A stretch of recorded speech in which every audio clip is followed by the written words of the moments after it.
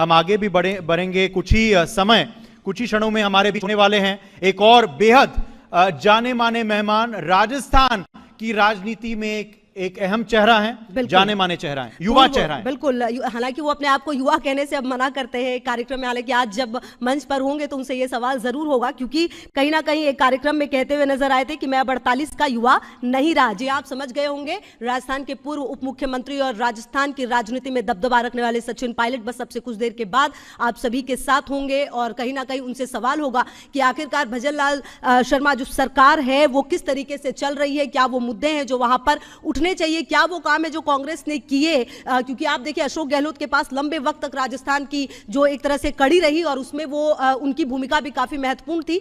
तो हमारे बीच सचिन पायलट जी आ चुके। एक बार मैं चाहती हूं जोरदार तालियां दर्शकों। बिल्कुल, कांग्रेस पार्टी के बारे में चर्चा करेंगे, राजस्थान के बारे में चर्चा करेंगे, देश भर के राजनीतिक मुद्दों से भी इनके संग चर्चा होगी। बहुत बहुत स्वागत है आपका पूर्व राजस्थान के उप मुख्यमंत्री सचिन पायलट जी। बेहद अनुभवी वरिष्ठ नेता है कांग्रेस पार्टी के। ये कांग्रेस 10 साल में होगी कहां, कांग्रेस का भविष्य क्या है, राजस्थान में क्या इस वक्त राजनीतिक समीकरण है, देश में तमाम बड़े मुद्दे क्या हैं, आप इनको आपने अभी हाल ही में रविवार को देखा था। एक बहुत बड़ा आयोजन किया था कांग्रेस पार्टी ने एसआईआर के मुद्दे पर। वोट चोरी का जो नारा है जो कांग्रेस पार्टी ने दिया है, उसका क्या असर पड़ रहा है देश भर में और खास करके राजस्थान में, उस सब पे चर्चा होगी सचिन जी से। हमारे अगला सेशन की ओर हम बहुत ही जल्द बढ़ने वाले हैं। सचिन जी, आपका बहुत बहुत स्वागत है। और पहला सवाल मेरी सहयोगी तो कुछ ही क्षणों में आएगी आपके संग, मगर पहला सवाल मैं आपसे सचिन जी कर लेता हूं कि रविवार का क्या आपको लगता है बड़ा इंपैक्ट रहा, सबसे बड़ा टेक अवे संडे का क्या रहा आपके लिए? कि 14 तारीख को इतवार को हम लोगों ने आह्वान किया था कि देश में जो हालात निर्मित हुए पिछले कई सालों से, उसका जवाब मांगने के लिए राहुल गांधी जी ने, कांग्रेस पार्टी ने सदन में कई बार आवाज़ उठाई, लेकिन दुर्भाग्यवश कोई संतोषजनक जवाब हमको मिला नहीं। और इस देश में लगातार जो संस्थाएं हैं, विशेष रूप से जो इलेक्शन कमीशन है, उसकी वर्किंग, उसकी ट्रांसपेरेंसी, उसकी इंटेग्रिटी पर बहुत सवाल खड़े हुए। और प्रमाण के साथ, प्रूफ के साथ राहुल जी ने, कांग्रेस पार्टी ने कई बार ये दिखाया कि यहाँ पर गड़बड़ियाँ हुई हैं। हम इतना चाहते थे कि कम से कम एक जांच उसकी हो जाए और पता पड़े कि किसने कहाँ कमियां छोड़ी थी। इसको लेकर हमें लगा कि अनेक राज्यों में चुनाव हो गए और होने वाले हैं, तो निष्पक्षता, पारदर्शिता हमेशा बनी रहे, इसको सुनिश्चित करने के लिए और वोटों की गड़बड़ी ना हो, ये एक ओवरसाइट और एक जवाबदेही तय करने के लिए लोगों को हमने यहाँ इकट्ठा किया दिल्ली में। और आप मानेंगे लाखों लोग यहाँ पर आए, क्योंकि उनके जहन में सवाल उठ गया कि ये जो इलेक्शन प्रोसेस है, जो हमारी सबसे बड़ी अमानत है, मतदान का अधिकार और मतदान, हमारा वोट में नाम है कि नहीं, हमारा वोट डल रहा है कि नहीं, हमारी वोट गिनती हो रही है नहीं, उस पूरे में एक ट्रांसपेरेंसी आनी चाहिए। तो इस आह्वान को लेकर हम लोगों ने आयोजन किया था और बड़ी संख्या में लोग आए। जो रिस्पॉन्स, मैंने बहुत रैलियाँ अटेंड करी हैं, लेकिन जो रविवार को रैली थी, जिसमें जो एक लोगों के मन में बात थी कि उनकी बात को करने वाला कौन है, और कांग्रेस पार्टी ने बीड़ा उठाया कि भाई ये पूरे देश में हो रहा है, तो कम से कम सरकार को, इलेक्शन कमीशन को एक अकाउंटेबिलिटी तय करनी पड़ेगी। तो इस सिलसिले में आयोजन किया था और हमने संकल्प लिया कि हमने हस्ताक्षर किए हैं, हमने अभियान चलाया है, देश भर में रैलियां, प्रोग्राम करें, लेकिन राजधानी में हम लोगों ने आयोजन कर ये साबित करने की कोशिश की है कि देश में इलेक्शन कमीशन जैसी कॉन्स्टिट्यूशनल बॉडीज़ को आप फॉर ग्रांटेड नहीं ले सकते हैं और आपको अल्टीमेटली जवाबदेही जनता को आपको देनी पड़ेगी। इस बात को हमने साबित किया। बिल्कुल, बहुत शुक्रिया। प्रिया, अब मंच आपके हवाले करते हैं। Priya Sehgal, editorial director news एक, सब हमारे बीच आ चुकी हैं। Priya ji, thank you and thank you Sachin. I must say शुरू में कि आपने इंडिगो को भी बीट कर लिया ऑन टाइम अराइवल से। Thank you for coming so much on time. लेकिन and to keep the traffic thing going, कल मुझे बताया लोगों ने कि कल जो ट्रैफिक जैम हुआ था अकबर रोड में, उसके जिम्मेदार सचिन पायलट थे। आप लोगों को लॉन में मिल रहे थे, इसकी वजह से काफ़ी लोग रुके आपसे बात करने के लिए and there was a huge. Congress की रैली में देश भर से लाखों लोग आए थे। अब सर्दी के दिन हैं, जो दिल्ली आया है, शाम हो गई थी, बहुत से लोग वापस नहीं जा पाए थे, तो कुछ लोग रात को रुक गए थे।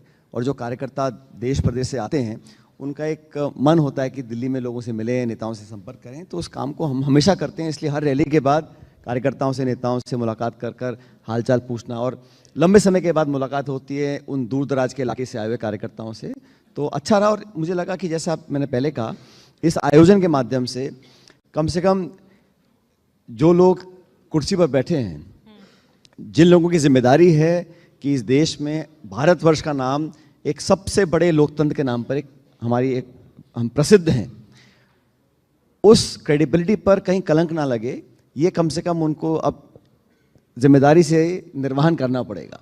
और ये मैं बताऊं, हम SIR और ये जो इलेक्शन कमीशन वगैरह के बारे में आज से पहले कभी किसी ने सवाल नहीं उठाया, क्योंकि जब डॉक्यूमेंट सामने आ रहे हैं, गड़बड़ियां दिख रही हैं, एक मकान में 200-300 लोग दिख रहे हैं जो जिंदा है, उनको मरा हुआ दिखा रहे हैं, नाम अगर कट रहे हैं, तो हमारी एक जिम्मेदारी बनती है कि सवाल को उठाया जाए। और मुझे खेद है कि इलेक्शन कमीशन ने आज तक भी कोई भी स्पष्टीकरण या कोई सेटिस्फैक्ट्री जवाब अब तक दिया नहीं है। लेकिन ये जो डिबेट अभी चल रही है, आप कह रहे हैं सेटिस्फैक्ट्री जवाब दिया नहीं है, होम मिनिस्टर ने तो अच्छा जवाब दिया था, उनको काफी तारीफ। एक मिनट हमने सवाल पूछा इलेक्शन कमीशन से, तो गृह मंत्री जवाब क्यों दे रहे हैं? डिबेट तो आप ही ने इंसिस्ट करी थी, यही तो सरकार कह रही थी कि हम कैसे देश जवाब के दें। सामने इन आंकड़ों को रखें। लेकिन माफ करना, इलेक्शन कमीशन किसी दल, किसी पार्टी, किसी नेता, किसी विचारधारा से बंधी नहीं है। They are neutral player. उनकी जिम्मेदारी है कि वो अनबायस्ड होकर काम करें। वो लेफ्ट हैं, राइट हैं, सोशलिस्ट हैं, कम्युनिस्ट, ऐसा नहीं है। Election commission is a independent constitutional body of a sovereign republic where it is their responsibility to conduct fair, transparent and satisfactory elections. Priya ji, कुछ साल पहले हम अखबार में पढ़ते थे कि निर्वाचन आयोग पहाड़ में, रेगिस्तान में जानवरों पर मशीन लादकर बैलेट बॉक्स लाकर ले आते थे। 3-3 दिन पैदल चलते थे पगडंडियों में, ताकि कोई दूर दराज इलाके में कोई एक परिवार रह रहा हो, उसकी वोट छूट नहीं जाए। मतलब इतना गंभीरता से हम लोगों ने इस इलेक्शन को हमेशा रखा है। और अब हम देख रहे हैं चंडीगढ़ में, आपने देखा कैमरा के नीचे इलेक्शन ऑफिसर वोटों को गड़बड़ी कर रहा है, वोट कट रहे हैं। इलेक्शन कमीशन का जो निर्वाचन होता है उसकी प्रक्रिया को बदल दिया गया। जो वोटिंग के दिन CCTV फुटेज का कैमरा होता है उसकी रिकॉर्डिंग आप 45 डेज में डिलीट कर रहे हैं। पर ये तो पुराना परंपरा थी कि with in 45 days you have an objection. Paper ballot के साथ भी यही परंपरा थी और ये अब CCTV में भी यही हो गई है। कोर्ट में जाएंगे 2 महीने बाद, कोर्ट बोलेगा प्रमाण दीजिए, इलेक्शन कमीशन ने प्रमाण नष्ट कर दिया। और चीफ इलेक्शन कमिश्नर का जो निर्वाचन होता है उसकी प्रक्रिया में प्रधानमंत्री, नेता प्रतिपक्ष और चीफ जस्टिस रहते थे।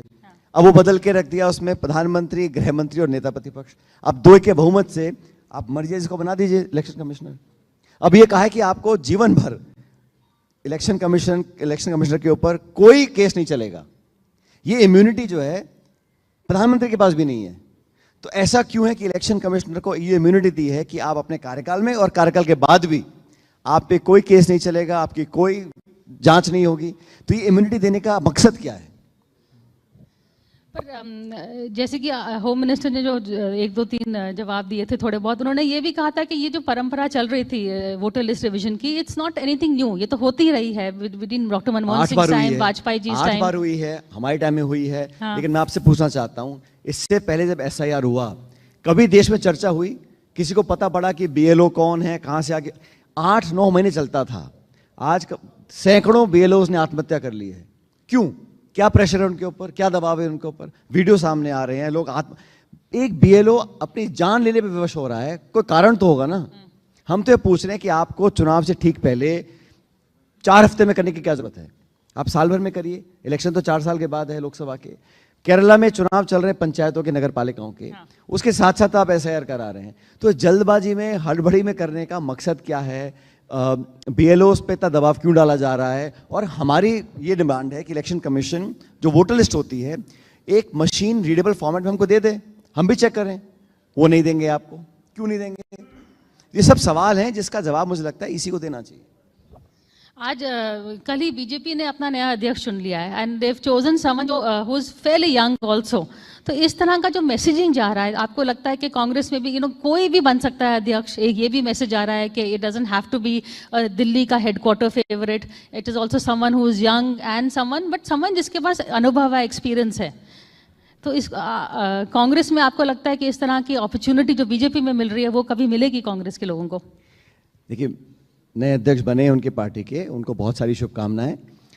2 बातें, आपने कहा बहुत ही यंग है, पता नहीं क्या उम्र है उनकी, 45-50 साल उम्र है।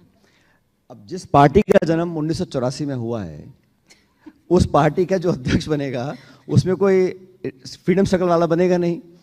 अब मल्लिकार्जुन खड़गे साहब सन 57 से चुनाव लड़ रहे हैं कांग्रेस पार्टी से, तो एक तो वो गैप है कि हमारी पार्टी 140 साल पुरानी है, 135 साल पुरानी है, एक। दूसरा, हमारे यहाँ इलेक्शन हुआ तो खड़गे साहब ने नामांकन भरा, शशि थरूर ने नामांकन भरा, 2 लोग चुनाव लड़े। देश की प्रत्येक राजधानी में बैलेट बॉक्स रखे गए, हम लोगों ने वोट कास्ट किए और खड़गे साहब को अधिक वोट मिले, वो चुनाव जीत गए। ठीक है। अब जो बीजेपी के अध्यक्ष का चुनाव हुआ है, मुझे पता नहीं किसने अप्लाई किया, नामांकन किसने किया, वोट किसने किया, नॉमिनेट किसने किया, इलेक्ट किसने किया, लेकिन घोषणा हो गई। तो आप ही देखिए, अच्छी बात है, उनके जो अध्यक्ष बने, मैं जानता नहीं उनको कौन है, मेरी शुभकामनाएं। लेकिन जो प्रोसेस है, कम से कम हमारी पार्टी में एक चुनाव हुआ, एक प्रोसेस हुआ, एक बंदा हारा, एक बंदा जीत गया, और जो हारे, जो जीते, वो सब हमारे, मैंने वोट डाला उसके अंदर, हमारे वोट से हार जीत हुई है। तो इस प्रोसेस को तो कम से कम हमको अप्रिशिएट करना चाहिए। और हमारे जो अध्यक्ष हैं वो एक निर्वाचित मॉरल अथॉरिटी के अध्यक्ष हैं, जिन्होंने लंबे अरसे से काम किया और हमारे वोट से अध्यक्ष बने हैं। और जो बेचारे हारे थे उनका क्या हाल हुआ? उनके बाद तो he is been totally sideline हो गया कि वो बीजेपी से फ्लर्ट कर रहे हैं। भाई वो चौथी बार के सांसद हैं, हमारी स्टैंडिंग कमेटी के चेयरमैन हैं, कांग्रेस वर्किंग कमेटी के सदस्य हैं। लेकिन उनको जब कैंपेनिंग के लिए नहीं बुलाया गया, उसके बाद पार्लियामेंट में बोलने नहीं दिया, उसके बाद उनको भी बिल्कुल ही चुपचाप कर दिया ना आपने। पार्लियामेंट में जो बोलने नहीं दे रहे, तो स्पीकर बोलने नहीं देते। पहली बात तो जो भाजपा के स्पीकर हैं, पिछले टर्म में 140 सांसदों को सस्पेंड कर दिया और टाइम कम मिलते, लेकिन हर एक को छूटे बोलने की। इंटरनली भी कांग्रेस में वही कर रहे हैं ना, कहीं लोगों को बोलने दे रहे हैं, कहीं लोगों को बोलने नहीं दे रहे हैं, अपने ही कांग्रेस। ऐसा नहीं है, जिसको जो बोलना है कांग्रेस में विपक्ष के आधार जितना हमको समय मिलता है, सबको बोलने का मौका मिलता है।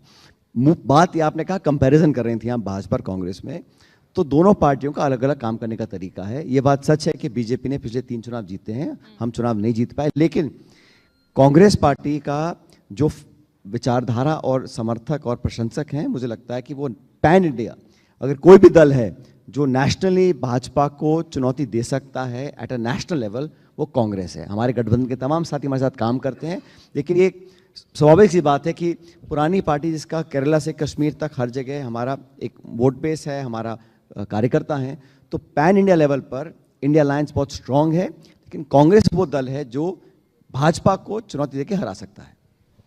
पर एक तरफ से जो आपका जो नैरेटिव चल रहा है Sachin, lot of people are saying कि कांग्रेस जो इश्यूज उठा रही है गलत नहीं है, चाहे वो कोविड के ऊपर हो, चाइना घुसपैठिया जब चाइना के लोग आए थे अंदर, और इकोनॉमी के ऊपर, लेकिन समहाउ ये मुद्दा पकड़ नहीं रहा है, people are not buying it.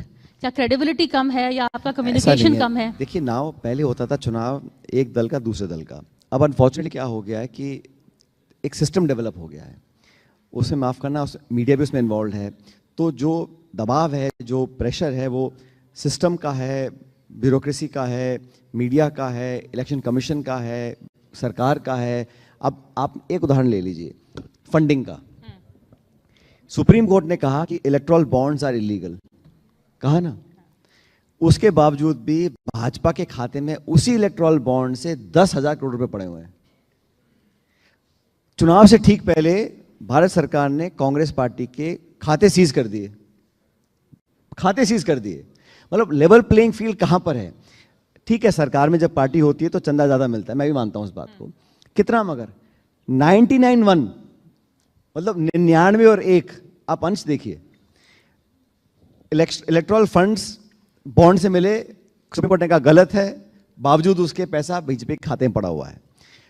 Bharatiya Janata party ने जो कलेक्शन किया पैसे का, हमने देख लिया, 99-1 का अनुपात है। और कांग्रेस पार्टी के आप खाते से, हमें सुप्रीम कोर्ट जाना पड़ा अपने खातों से पैसा विड्रॉ करने के लिए, चुनाव लड़ने के लिए। तो मैं कह रहा हूं कि ये जो चुनाव हो गया है, it is not just one party against the other, they are using all the resources at the disposal, पूरी ताकत, पूरा आक्रमण, इलेक्शन ईडी हो, सीबीआई हो, इनकम टैक्स हो, पुलिस हो, मीडिया हो, सबका। एक तो होता है यूज, एक होता है मिसयूज। मिसयूज भाई, यूज भी कर लो तो मैं चलो कोई बात नहीं, सरकार में अब यूज करिएगा, लेकिन मिसयूज और उसका शोषण कर कर इतना दबाव विपक्ष बनाया जा रहा है कि चुनाव लड़ना जो पहले होता था आज वो हालात नहीं है। लेकिन बावजूद उसके कांग्रेस पार्टी अपने वादे पर प्रतिबद्ध है। हम लोगों ने जो इश्यूज रेज किए हैं, मैं मानता हूं कि देश में आज सबसे बड़ा जो इशू है वो बेरोजगारी का है, और जो खाई बढ़ गई है अमीर गरीब की, ये भयंकर चिंताजनक का विषय। इतना आसान नहीं, हमें लगता है कि बड़े बड़े ऐड आ रहे हैं, निवेश हो रहा है, लेकिन गांव देहात में जो हालात पैदा हुए हैं, जो किसानों पे आज बीत रही है, उसके कोई विवरण नहीं कर सकता। तो उन इश्यूज को लेकर कांग्रेस पार्टी स्ट्रगल कर रही है, लेकिन मल्टीपल इश्यूज होते हैं। आज SIR का इशू है, महंगाई का इशू है, बेरोजगारी का इशू है, लेकिन चर्चा किस बात पर होती है? वंदे मातरम हो रही है, नेहरू जी ने ये नहीं किया, मनमोहन सिंह ने ये नहीं किया। अरे 11 साल से आप सरकार में हैं, आप कब तक आप पंडित नेहरू को और मनमोहन सिंह जी को, राजीव जी को कोसते रहेंगे? अपना भी तो आपको जवाब देना पड़ेगा। तो इन सबको लेकर हम जनता के बीच में जा रहे हैं।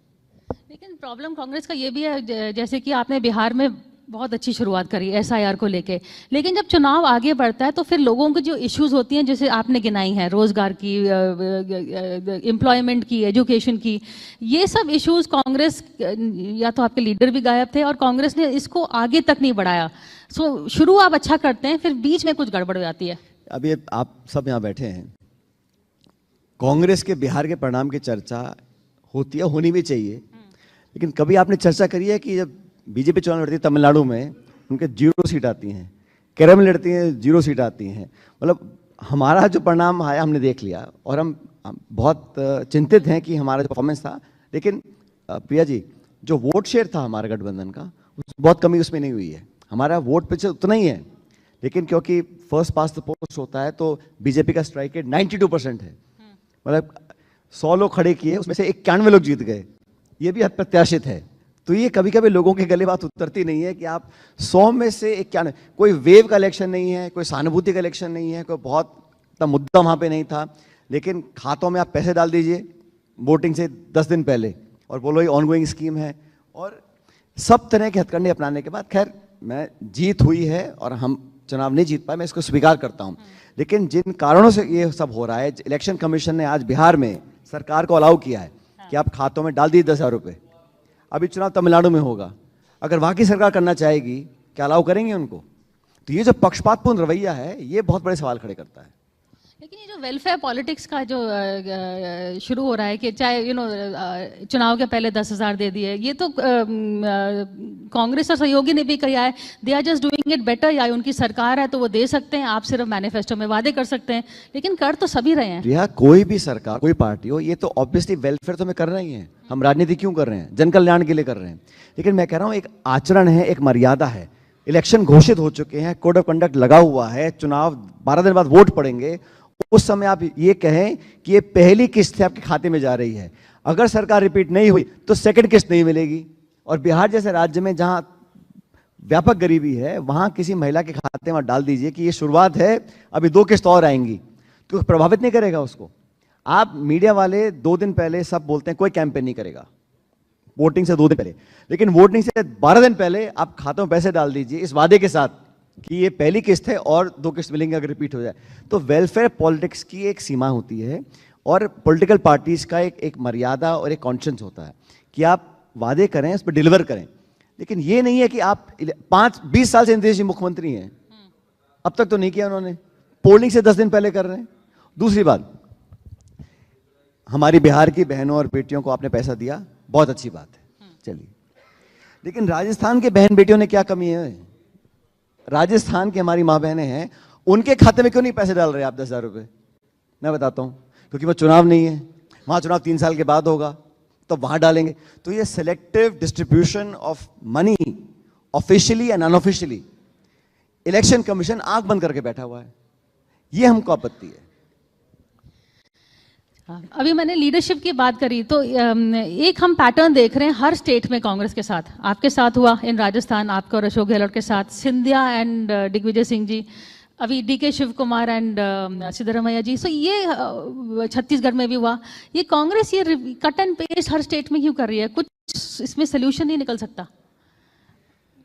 सोल्यूशन तो एक ही है कि हमको चुनाव जीतना है, अंत का वो सोल्यूशन है। जब जीतते हैं तो फिर ये रोड ब्लॉक आ जाता है। नहीं, रोड ब्लॉक क्या है इसमें? देखो, हर व्यक्ति की अपनी बात करनी, लेकिन चाहे शिव कुमार जी हों चाहे मुख्यमंत्री हों, किसी भी व्यक्ति ने ऐसा नहीं कहा कि हमें पार्टी का जो निर्णय होगा वो अस्वीकार्य होगा।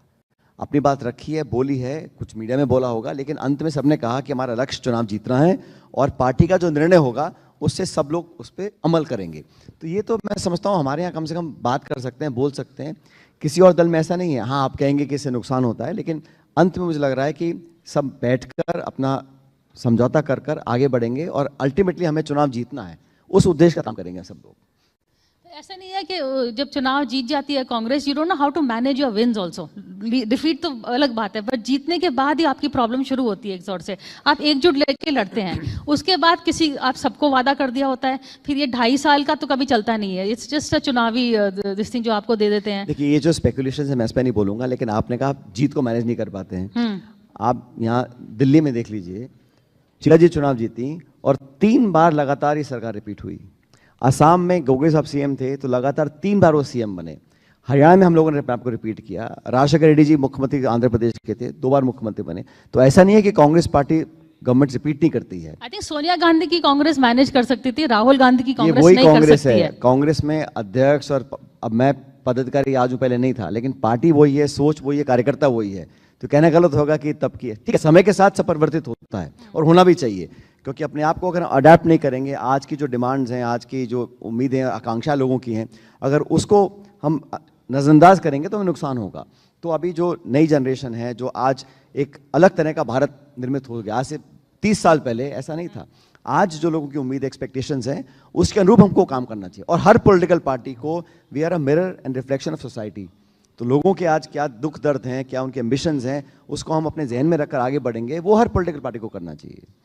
हु डू थिंक इनके पास टफर फाइट थी, आपके डीके शिव कुमार, सिंधिया या सिंधियो? क्या क्वेश्चन है आपका? किनके पास ज्यादा टफर फाइट थी with in your own party, और हु हैड अ टफर? कोई फाइट नहीं होती है इसमें। फाइट ही थी सचिन, ऐसा नहीं है, फाइट नहीं होती है। कभी कभी काम करने के तरीके अलग होते हैं। कभी कभी आई फील कि हमें चुनाव जीतने के लिए फला चीज़ करनी चाहिए, किसी और की राय हो सकती है। इन बैठकर खुले मंच पर चर्चा भी हम लोग पार्टी के अंदर करते हैं। Ultimately we decide what is to be done within the party. लेकिन मैंने कहा ना, लक्ष्य क्या है? लक्ष्य ये कि हम लोग अल्टीमेटली चुनाव जीतें। और देखिए, ये राजनीति है, जो जीता वही सिकंदर। अब हारने के बाद कुछ मर्जी बोलिए, लेकिन अल्टीमेटली जीतना है। और हम कम से कम एक परंपराओं के आधार पर, ट्रेडिशंस के आधार पर, कानून के आधार पर, संविधान के आधार पर चुनाव लड़के जीत रहे हैं।